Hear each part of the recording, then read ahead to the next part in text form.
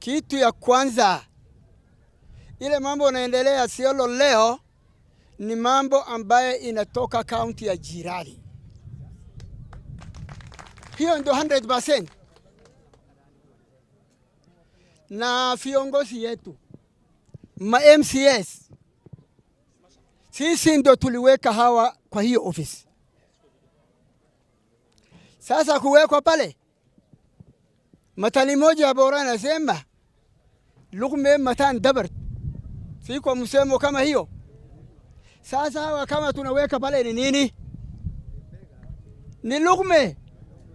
Kichwa ni nani? Ni sisi. Sasa lugme akikupita kichwa, mtakuwa rafiki tena? Hatuwezi kuwa rafiki.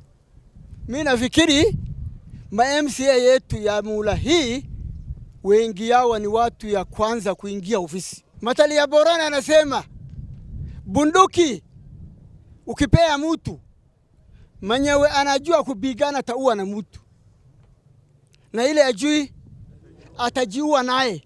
Tuko hapo sasa, hawa wako hapo sasa. Ma MCS waangalia vizuri, mwaka naendelea kuisha. Kama mnaongoza na kaunti ya jirani, sisi bado tuma nyinyi kwa kaunti ya jirani, tumetuma nyinyi ofisi ya Isiolo mtuhudumie. Huduma hiyo iko wapi leo? Mujifiche farlagata manyedan. Kama unapita kando na maneno, ile mgonjwa kansa bado tabaki mbele. Najua kansa zamani hakuna matibabu ya hospitali, wazee naweka miti mahali kansa anaingia, alafu nafuata na wembe wakifanya nini?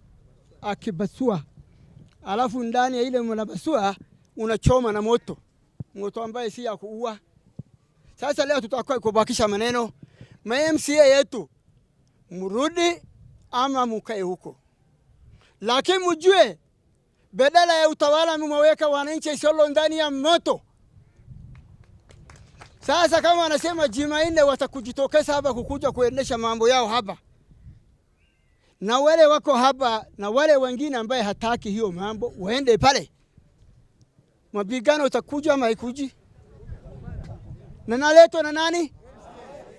Kayole ndo maleti makatatu. Kayole kwa vita kuya jamaa alipigana ndani ya Isiolo ni nani? Kabila gani alipigana zamani? Hata na wana moja tango Kayole ingie hakuna hata jamii moja na huwa mwingine.